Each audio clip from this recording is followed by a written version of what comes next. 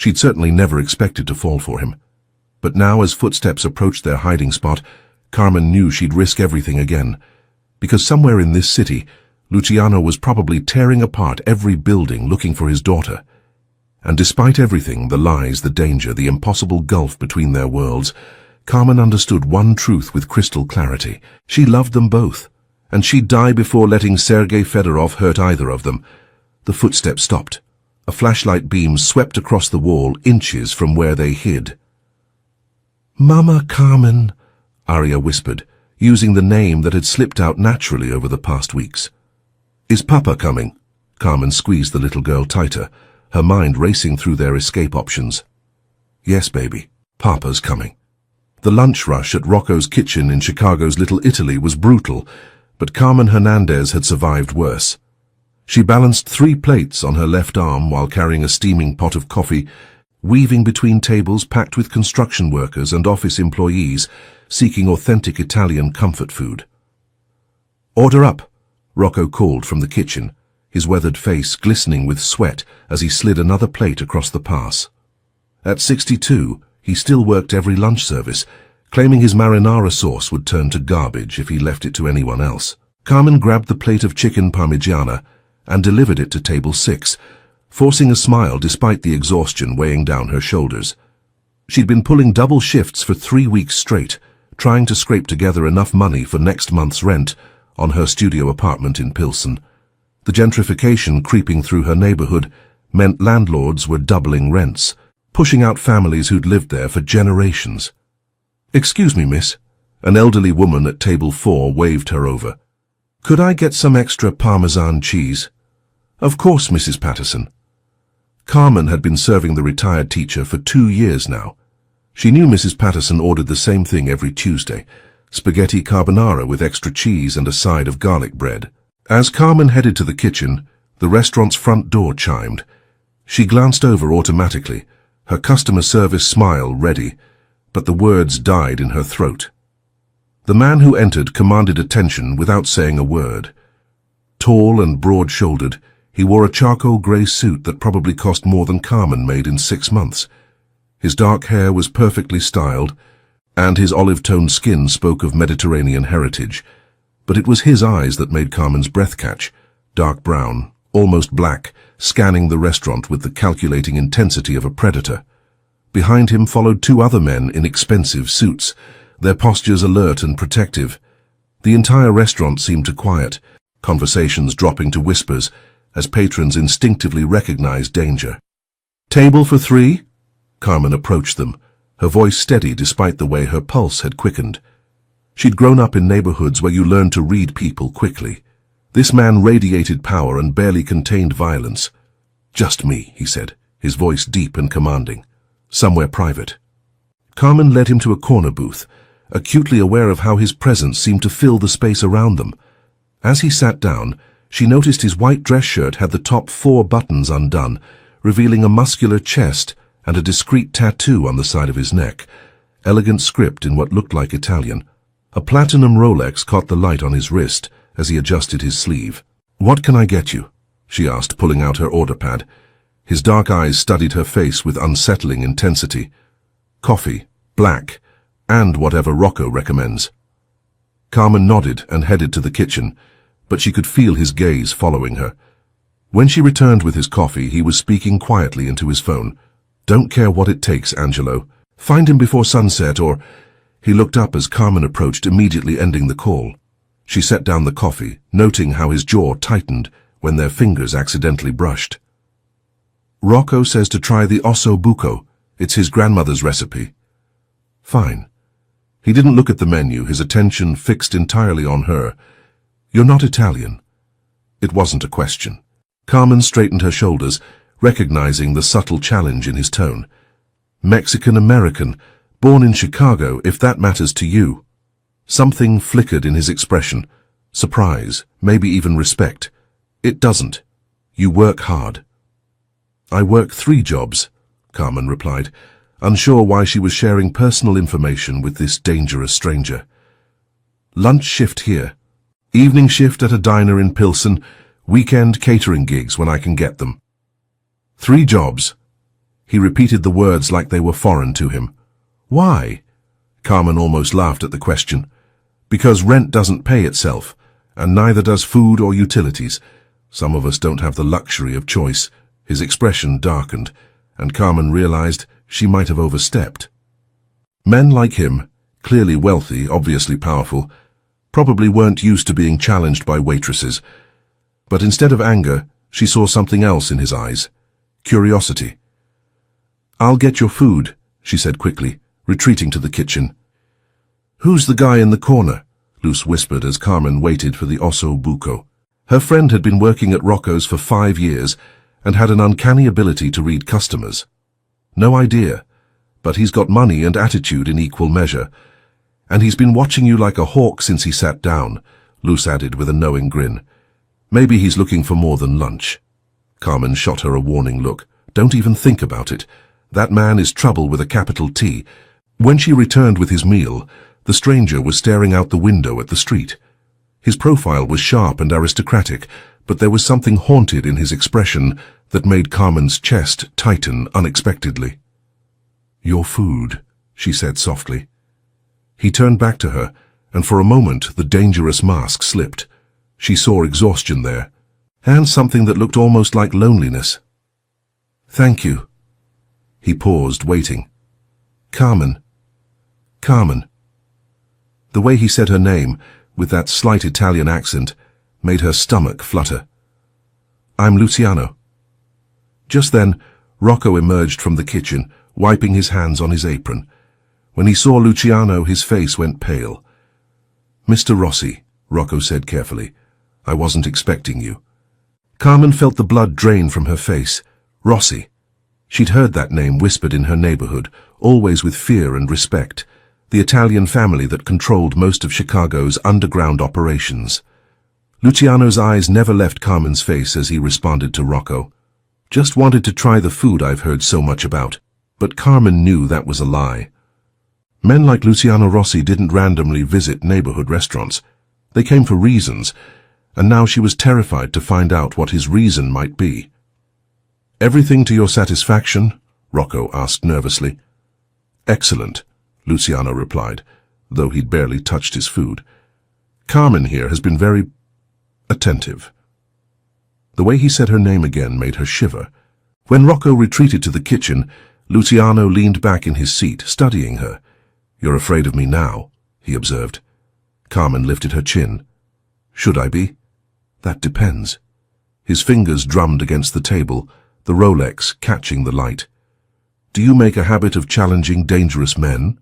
"I make a habit of treating everyone with respect until they prove they don't deserve it." A slow smile spread across his face, the first genuine expression she'd seen from him. Interesting philosophy. Before Carmen could respond, her phone buzzed with a text from her landlord. Another rent increase notice. Her heart sank as she read the amount. Even with 3 jobs, she'd never make that much. "Problem?" Luciano asked, noticing her expression. Carmen quickly put her phone away. "Nothing I can't handle." But as she walked away to check on other tables, she felt his intense gaze following her every movement, and despite every instinct screaming at her to stay away from Luciano Rossi, she couldn't deny the electric pull she felt toward him. She just had no idea that in 3 hours, his 7-year-old daughter would change both their lives forever. The afternoon rain started just as Carmen's shift was ending. She stood under Rocco's awning, watching the downpour turn the streets into rivers, when she heard it. A small, frightened sob coming from the alley beside the restaurant. Following the sound, Carmen found a little girl huddled behind a dumpster, soaked to the skin and shivering. She had dark hair plastered to her head, and enormous brown eyes filled with tears. "Hey, sweetheart," Carmen said gently, crouching down to the child's level. "Are you okay?" The girl looked up at her with those huge eyes.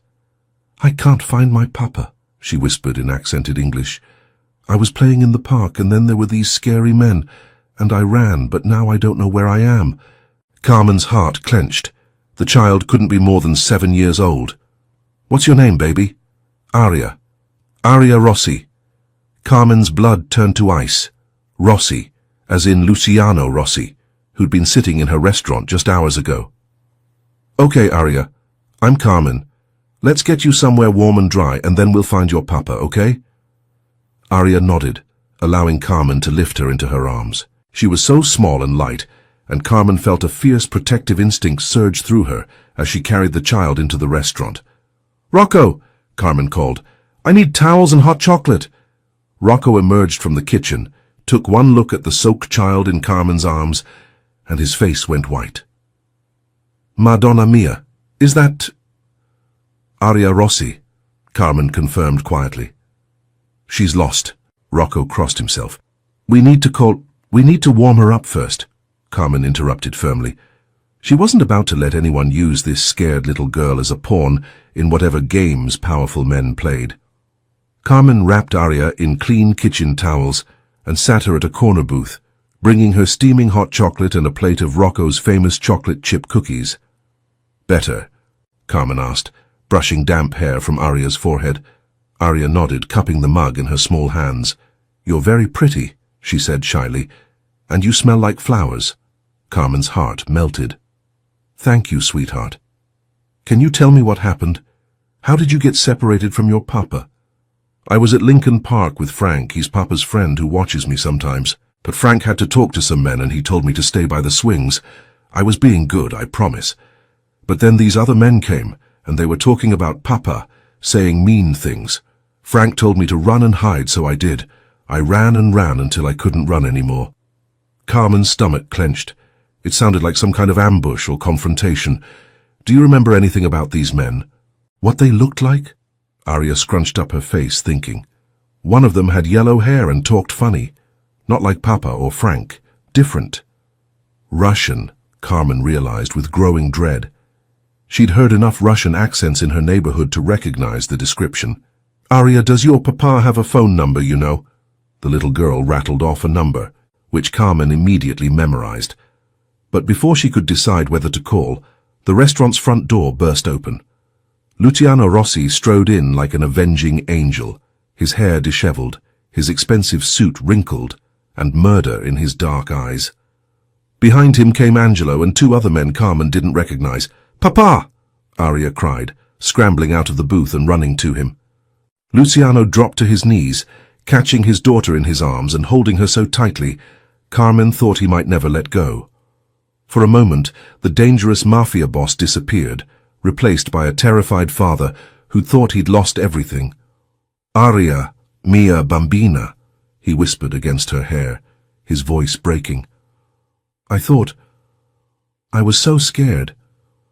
"I'm okay, Papa. Carmen took care of me. She gave me hot chocolate and cookies, and she smells like flowers." Luciano's eyes found Carmen over his daughter's head, and the raw gratitude in them made her chest tight. Slowly, he stood, lifting Arya with him. "Where did you find her?" he asked Carmen, his voice carefully controlled. "In the alley. She was hiding behind the dumpster, soaked and scared." "Frank?" Luciano asked Angelo without taking his eyes off Carmen. "In the hospital," Angelo replied grimly. 3 broken ribs, concussion. He'll live, but barely. Fedorov's men jumped him at the park." Luciano's jaw clenched, and Carmen saw his hands tighten protectively around Arya. "How many?" 4. Frank took down 2 before they got him. Arya ran like he told her to. "Good girl," Luciano murmured to his daughter. "You did exactly right." Carmen watched this exchange with growing unease. This was real. The danger, the violence. It wasn't some movie or TV show. This little girl lived in a world where men got beaten unconscious and children had to run for their lives. "I want to stay with Carmen," Arya announced suddenly. "She's nice, and she makes the scared feeling go away." Luciano's attention snapped back to Carmen, studying her with new intensity. "You calmed her down." "She was frightened," Carmen said simply. "Any child would be. Not any woman would have helped her." Carmen bristled. "What kind of person do you think I am?" "I'm beginning to wonder," Luciano replied quietly. Arya tugged on her father's sleeve. "Papa, can Carmen come home with us? Please, I like her." "Sweetheart, Carmen has her own life," Luciano began. "Actually," Carmen interrupted, surprising herself, "I was just about to head to my evening shift, but if Arya needs—" "No." Luciano's voice was sharp. You've done enough. More than enough. Carmen felt the dismissal like a slap. Of course. She was just the waitress who'd happened to find his daughter. Now that the crisis was over, she could return to her proper place. But Arya wasn't having it. I don't want Carmen to leave, she said, her lower lip trembling. Please, Papa. She makes me feel safe. Carmen saw something crack in Luciano's expression. He looked at his daughter, really looked at her, and seemed to see something that made his shoulders slump slightly. When was the last time she smiled? Carmen asked quietly, understanding hitting her like a lightning bolt. Luciano's eyes snapped to hers. What? Arya, when was the last time you saw her really smile? Laugh? Act like a normal 7-year-old? The silence that followed was answer enough. She lost her mother 2 years ago, Angelo said quietly, earning a sharp look from Luciano. She's been withdrawn. Quiet. Carmen looked at Arya, who was still clinging to her father, but watching Carmen with hopeful eyes. This wasn't just about today's scare. This was about a little girl who'd been carrying grief and fear for 2 years, living in a world of bodyguards and constant danger. I could, Carmen started, then stopped. What was she thinking? She couldn't get involved with these people. It was insane. You could. What? Luciano asked, his voice dangerously soft. Carmen took a deep breath. I could spend some time with her, not as a job or anything like that, just as a friend, someone normal she could talk to. Absolutely not, Luciano said immediately. It's too dangerous. You don't understand what you're suggesting. I understand that your daughter needs more than bodyguards and fear, Carmen shot back. She needs to feel like a kid sometimes.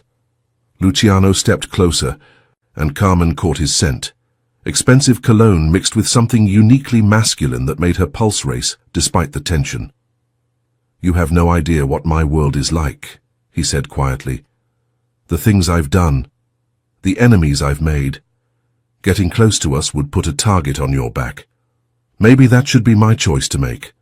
They stared at each other, the air between them crackling with tension and something else, something that made Carmen's skin flush and her breathing shallow. Please, Papa, Arya whispered. I like Carmen. She's not scared of anything. Luciano looked down at his daughter, then back at Carmen. You're making a mistake. Probably, Carmen agreed. But I'm making it anyway. Something shifted in Luciano's expression. Surprise, maybe even admiration. You're either very brave or very foolish. Why can't I be both? Despite everything, Luciano's mouth quirked upward slightly. Angelo will drive you home. We'll discuss this tomorrow. As Angelo led Carmen toward the door, Arya called out, Carmen, will you really come see me? Carmen turned back, seeing the hope shining in those dark eyes.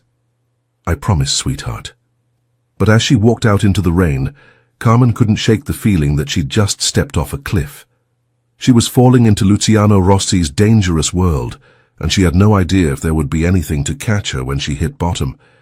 Carmen had expected many things when she arrived at the address Angelo had given her the next evening.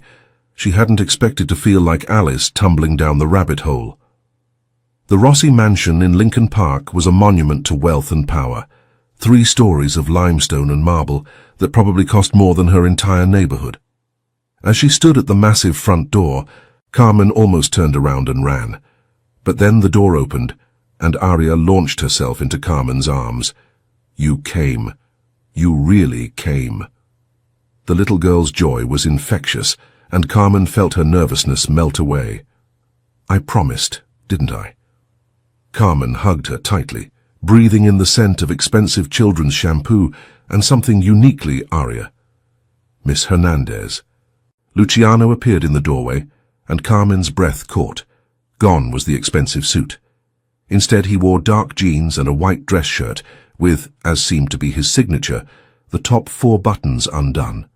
The casual look somehow made him even more devastating. Carmen, she corrected automatically. Just Carmen. His dark eyes studied her face. Carmen, thank you for coming. Arya grabbed Carmen's hand and tugged her inside. The foyer alone was larger than Carmen's entire apartment, with a crystal chandelier that probably cost more than she made in a year. Come see my room, Arya demanded, pulling Carmen toward a sweeping staircase. Arya, Luciano's voice held gentle warning. Let Carmen catch her breath first. But Carmen was already following the excited 7-year-old up the stairs, marveling at the oil paintings and antique furniture that lined the hallway. Arya's room was a princess fantasy in pink and gold, with a canopy bed and enough toys to stock a small store. This is beautiful, sweetheart, Carmen said, sitting on the bed as Arya showed her various dolls and books. Mama picked out most of it, Arya said quietly, before she went to heaven. Carmen's heart clenched. Tell me about your mama. Arya climbed onto the bed beside her, cuddling close in a way that made Carmen's maternal instincts surge. She was really pretty like you, and she smelled good like you. She used to read to me every night and sing Italian songs. Do you remember any of the songs? Arya nodded and began humming a soft melody. Her voice was sweet and clear, but there was a sadness in it that no 7-year-old should carry. That's beautiful, Carmen said softly. Your mama had good taste in music. Papa doesn't sing anymore, Arya confided. He used to before Mama died. Now he just works all the time and looks sad. Carmen glanced toward the doorway, where she could sense rather than see Luciano listening. Sometimes when people are very sad, they forget how to do happy things, but that doesn't mean they don't love you. I know Papa loves me, Arya said matter-of-factly, but I think he's lonely. Are you lonely, Carmen? The innocent question hit Carmen like a punch to the chest. Sometimes, she admitted. Maybe you and Papa could be lonely together, then you wouldn't be lonely anymore. Before Carmen could figure out how to respond to that bit of 7-year-old logic, Luciano appeared in the doorway. Arya, why don't you show Carmen your art supplies? I thought maybe you two could draw together. Arya's face lit up, and she scrambled to a corner of the room where an easel and art table were set up. As she gathered supplies, Luciano moved closer to Carmen. She hasn't talked about her mother like that in months, he said quietly. Usually she just shuts down when anyone mentions Adriana. Carmen could feel the warmth radiating from his body, could smell that intoxicating scent of expensive cologne and male skin. She needs to talk about her. Keeping grief locked inside isn't healthy for anyone, especially a child. You sound like you speak from experience. Carmen met his gaze steadily. I lost my parents when I was 12. Car accident. I went to live with my grandmother, but she didn't like talking about sad things. I learned to keep it all inside.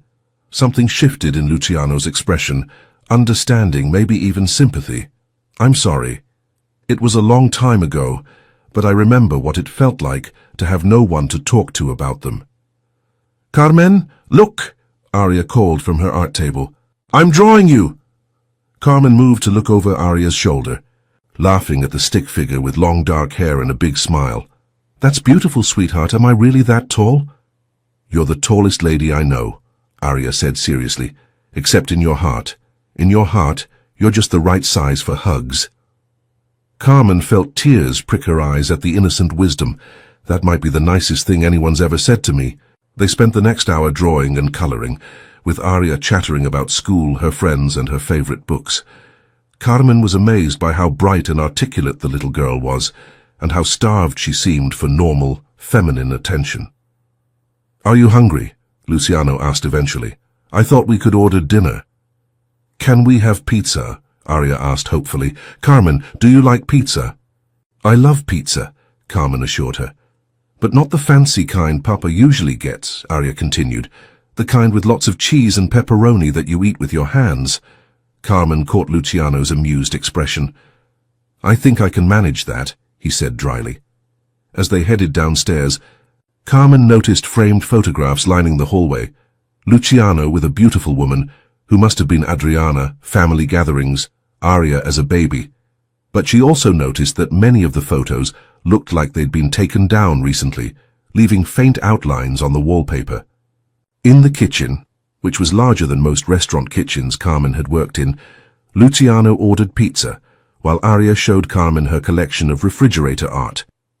She's very talented, Carmen told Luciano, as Arya ran to wash her hands. She gets that from her mother, he replied, his voice carefully neutral. Carmen studied his profile as he leaned against the marble counter. It's okay to miss her, you know. And it's okay for Arya to see that you miss her. His jaw tightened. Arya doesn't need to see me fall apart. There's a difference between falling apart and grieving. Right now, you're teaching her that love ends when someone dies. That's not true, is it? Luciano turned to face her fully, his dark eyes intense. You don't know what you're talking about, don't I? Carmen stepped closer, feeling bold. You've put away all the photos, stopped talking about Adriana, probably stopped doing anything that reminds you of her. You think you're protecting Arya, but you're actually teaching her that the people we love just disappear. And what would you have me do? His voice was dangerously quiet. Break down crying in front of my 7-year-old daughter. I'd have you remember that love doesn't end with death. I'd have you tell Arya stories about her mother. I'd have you keep some photos up so she knows it's okay to remember. They were standing close now, close enough that Carmen could see the gold flecks in his dark eyes, could feel the tension radiating from his powerful frame. You think it's that simple? He asked. I think it's that necessary. Before Luciano could respond, Arya bounced back into the kitchen. Is the pizza here yet? I'm starving. Soon, bambina, Luciano said, his voice immediately gentle as he turned to his daughter. The pizza arrived 20 minutes later, and they ate at the kitchen island like a normal family. Carmen watched Luciano with Arya. How patient he was, how he listened to her chatter about school with genuine interest, how he automatically cut her pizza into smaller pieces and made sure she had enough to drink. Papa, Arya said around a bite of pizza, can Carmen come to my school play next week? We're doing Cinderella and I'm playing a mouse. Carmen saw Luciano tense. Sweetheart, Carmen has her own job. I'd love to come, Carmen interrupted. If it's okay with your papa. Arya clapped her hands excitedly. It's on Thursday at 7. Will you really come? I promise. After dinner they moved to the living room, another showcase of wealth and taste, with Persian rugs and antique furniture that looked like museum pieces. Arya curled up between Carmen and Luciano on the massive sofa, insisting that Carmen read her a bedtime story. As Carmen read about princesses and fairy godmothers, she was acutely aware of Luciano beside her. His presence was magnetic, dangerous, and increasingly irresistible. When their hands accidentally touched as they both reached to turn a page, the spark of electricity was undeniable. Time for bed, Arya, Luciano said when the story ended. Can Carmen tuck me in? Arya asked hopefully. Carmen looked to Luciano, who nodded slightly. Upstairs, as Carmen helped Arya into her pajamas and brushed her teeth, the little girl chattered about everything and nothing. Carmen, Arya said as Carmen tucked her into the canopy bed. Do you think Mama would like you? The question caught Carmen off guard. I hope so, sweetheart. Why? Because I think she sent you to take care of us. Papa's been so sad, and I've been sad too. But when you're here, the sad feeling goes away. Carmen's throat tightened. Oh, sweetheart, will you come back tomorrow? I have to work tomorrow night, but maybe I could come by after school, if your papa says it's okay. Arya's smile was radiant. I love you, Carmen. The simple declaration hit Carmen like a lightning bolt. I love you too, baby girl.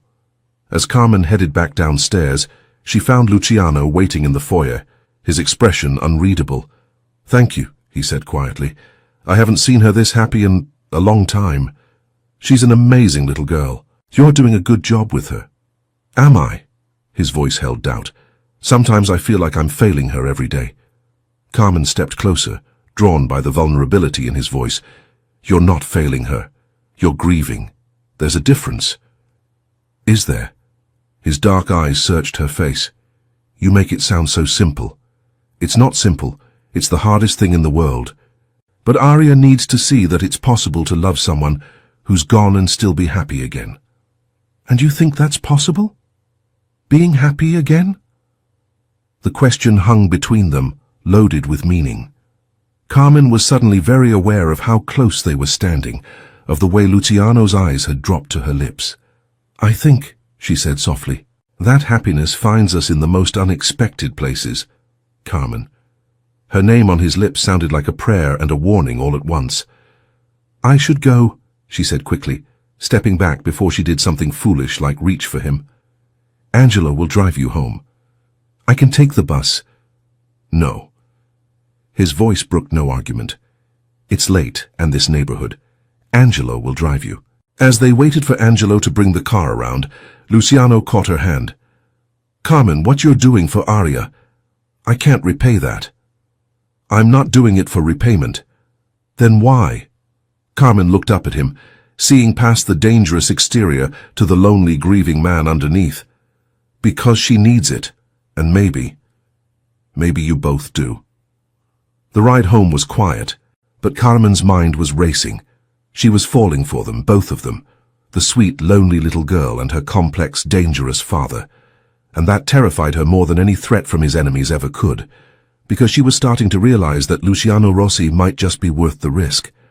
Carmen should have known that happiness in Luciano's world came with a price. She'd been spending time with Aria for 2 weeks, helping with homework, attending the school play, teaching her to braid friendship bracelets.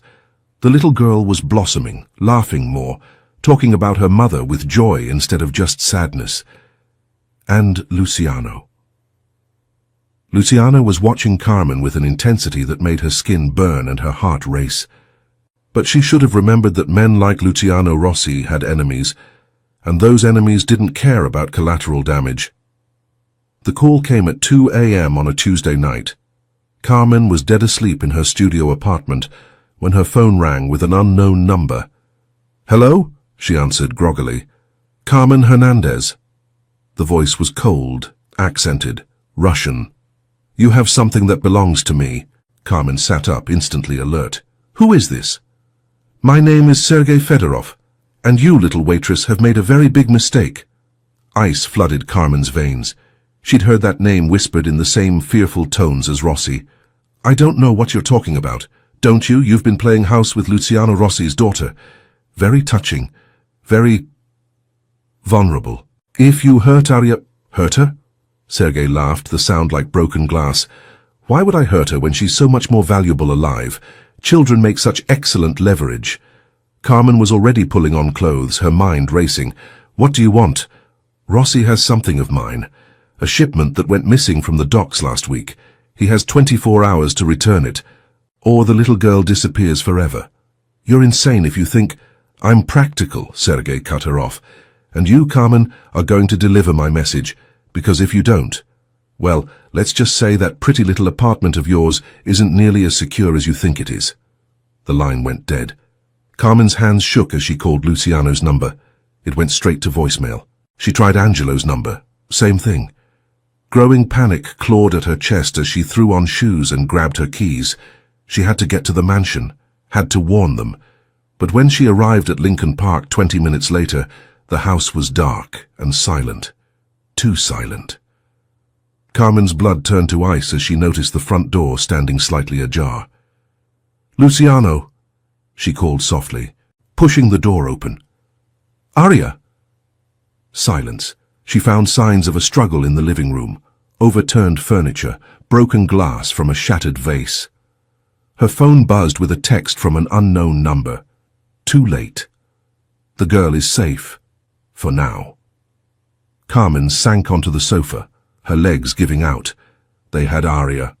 Sergei Fedorov had taken that sweet, innocent little girl, and it was all Carmen's fault. If she hadn't gotten involved, if she hadn't made herself a target. "Carmen?" She spun around to find Luciano standing in the doorway, his white dress shirt torn and bloody, his face a mask of controlled rage. "Oh, God!" she breathed, running to him. "Are you hurt? Where's Aria? I got a call. She's gone." His voice was flat, emotionless. "Fedorov's men took her 2 hours ago." Carmen reached for him, but he stepped back, his dark eyes cold as winter. "This is your fault," he said quietly. The words hit her like physical blows. "Luciano, I told you it was dangerous. I told you that getting close to us would put a target on your back. But you didn't listen, did you? You had to play the hero. I was trying to help." "Help?" He laughed bitterly. "You made my daughter a target. Fedorov took her because he knew she mattered to you. Because he knew that hurting her would hurt me through you." Carmen felt tears streaming down her face. I'm sorry. I'm so sorry. But we have to find her. We? Luciano stepped closer, and Carmen saw the killer in his eyes. There is no we, Carmen. There never was. You're a waitress from Pilsen who got in over her head. This is my world, my war, my daughter. She loves me, Carmen whispered, and I love her. Love? Luciano's voice was savage. You think love matters in this? You think your feelings mean anything when my daughter is in the hands of a psychopath? Carmen flinched as if he'd struck her. I know you're scared. I'm not scared, he snarled. I'm furious. At Fedorov, at myself, and at you. Because I let this happen. I let you get close, let Aria get attached, and now she's paying the price. Luciano, please, get out. His voice was deadly quiet. Get out of my house, out of my life, and stay away from my family. You don't mean that, don't I? He pulled out his phone and showed her the screen, a photo of Aria tied to a chair, tears streaming down her face. This is what your help got us. My 7-year-old daughter, terrified and alone because I was stupid enough to let you matter. Carmen stared at the photo, her heart shattering. Aria looked so small, so scared, and it was her fault. All of it. I'll find her, she whispered. No, you won't. You'll go back to your apartment, pack your things, and disappear. Because if I see you again, if you interfere in this in any way, I'll forget that you once meant something to me. The threat was clear, and Carmen knew he meant every word.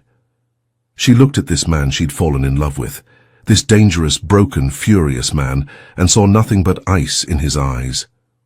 I love you, she said desperately. Both of you. That has to count for something. For just a moment, something flickered in his expression. Pain, maybe even regret, but then the mask slammed back down. Love isn't enough, he said coldly. It never was. Carmen ran then, stumbling out of the mansion and into the night, Luciano's words echoing in her head. But as she reached her car, she made a decision that would either save them all or get her killed. She wasn't giving up on Aria, and she wasn't giving up on Luciano, even if he'd given up on her, because sometimes love meant fighting for people who couldn't fight for themselves, even if they hated you for it, especially then. Carmen had exactly 12 hours before Sergei Fedorov's deadline, and she was going to use every one of them. She started with Luz, who had connections throughout Chicago's immigrant communities, connections that often knew things the police never would. You're crazy, Luz said, as they sat in her kitchen at 4 a.m., drinking strong coffee and making plans. Completely, totally insane. Probably, Carmen agreed. But I can't just sit here while that little girl is scared and alone. And you can't just walk into a Russian mob stronghold and expect to walk out alive. Carmen had been thinking about that. Maybe I don't have to walk out alive. Maybe I just have to get Aria out. Carmen, no. Luz grabbed her hands. Listen to me. I know you love that little girl, but this isn't some movie. These people kill for a living. Then I guess I better be smarter than they are.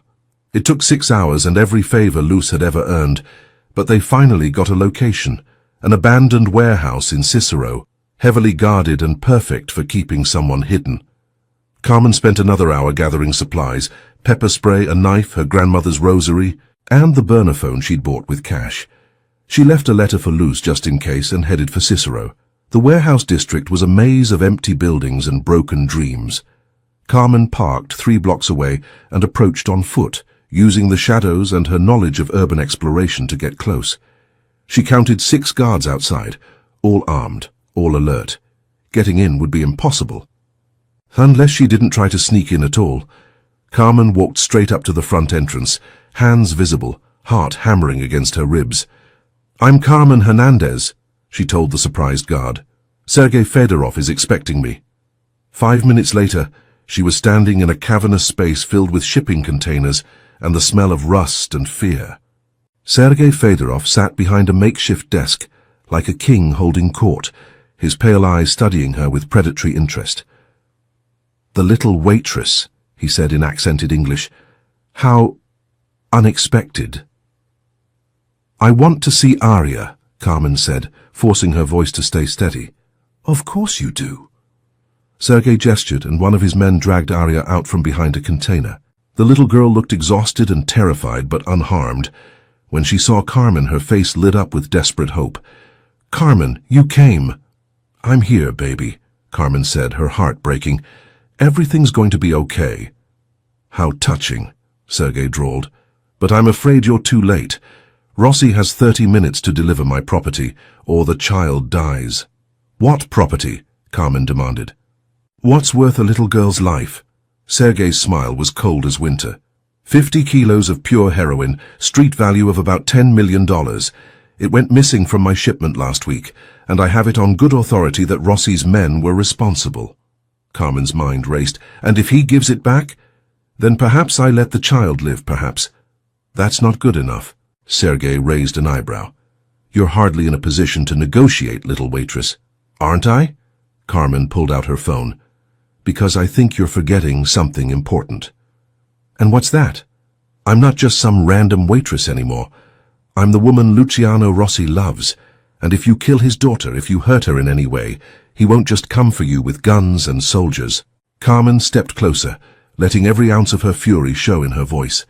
"He'll come for you with everything he has, every alliance, every favor, every drop of blood and violence in his body. He'll tear this city apart brick by brick until he finds you, and when he does, death will be a mercy you'll beg for." For the first time, uncertainty flickered in Sergei's pale eyes.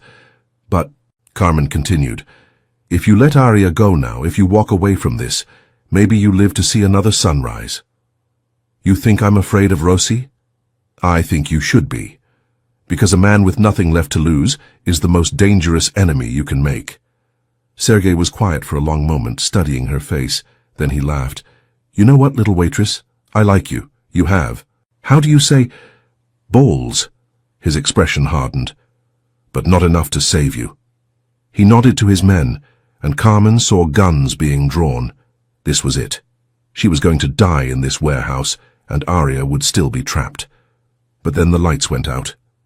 In the darkness that followed, Carmen heard gunshots, shouts in Russian and Italian, and the sound of a war erupting around them. She dropped to the ground, crawling toward where she'd last seen Arya. "Carmen," Arya's voice, terrified but close. "I'm here, baby. Stay down. Stay quiet." Emergency lighting flickered on, casting everything in hellish red shadows. Carmen could see men fighting, could smell gunpowder and blood. And through it all, moving like an avenging angel, was Luciano. He was magnificent and terrifying. A white dress shirt stained with blood, his face a mask of controlled violence as he cut through Sergei's men with surgical precision. Behind him came Angelo and Frank, who was moving stiffly but was very much alive. Carmen grabbed Arya and pulled her behind a shipping container, just as Luciano cornered Sergei near the back of the warehouse. "You took my daughter," Luciano said, his voice carrying clearly through the chaos. "Business?" Sergei replied, but Carmen could hear the fear in his voice now. "No," Luciano said quietly. "This was personal. You made it personal when you touched my family. Your drugs for your daughter. That was the deal.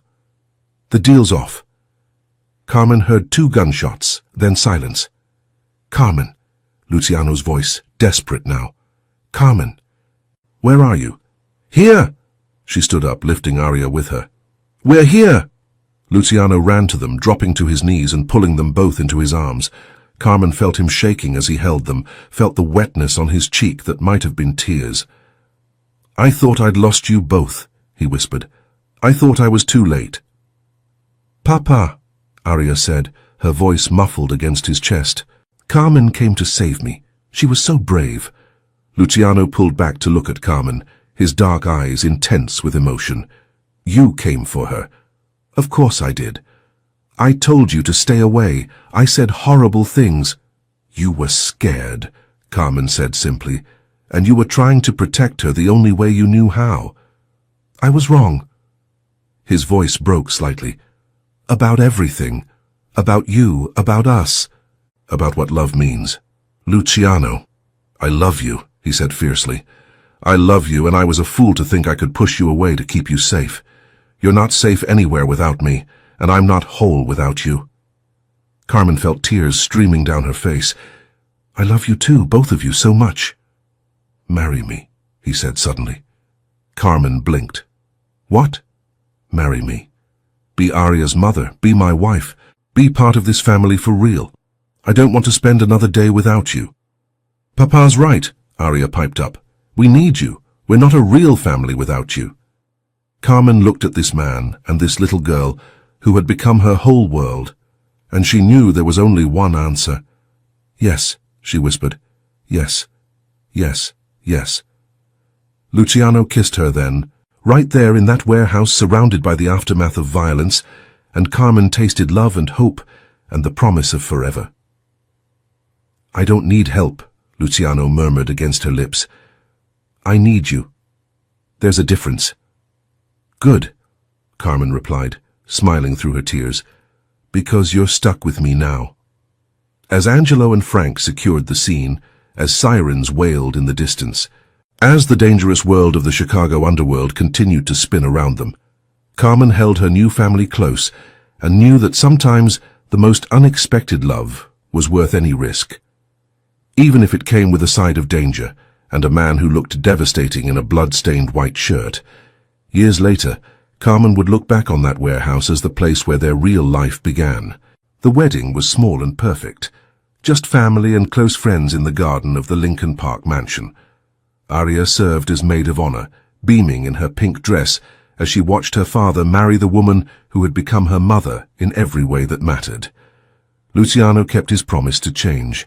The Rossi family's operations gradually shifted from the shadows into legitimate businesses, restaurants, real estate, security consulting. He would always be a powerful man, would always command respect and inspire a little fear, but the violence was behind them. Carmen continued working, but now she managed a chain of authentic Mexican-Italian fusion restaurants that had become the most popular spots in Chicago.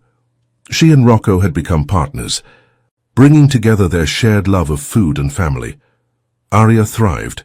She was still the sweet, intelligent girl she'd always been, but now she laughed freely, talked about her mother Adriana with joy instead of just sadness, and had gained a little brother, Matteo, who adored his big sister and his fierce, loving mama.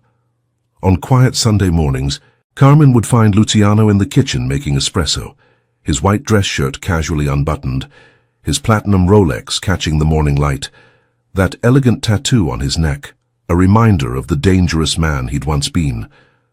But when he looked at her with those dark eyes full of love and contentment, she saw only her husband, her partner, her home. "Any regrets?" he would ask sometimes, pulling her close. "Only one," Carmen would reply, making him tense until she smiled. "I regret that it took us so long to find each other." And in the laughter of their children, in the warmth of their home, in the strength of a love that had survived violence and fear, and the impossible odds of two different worlds colliding, they had built something beautiful, something worth every risk they'd taken to get there. And that's how love conquered all heroes.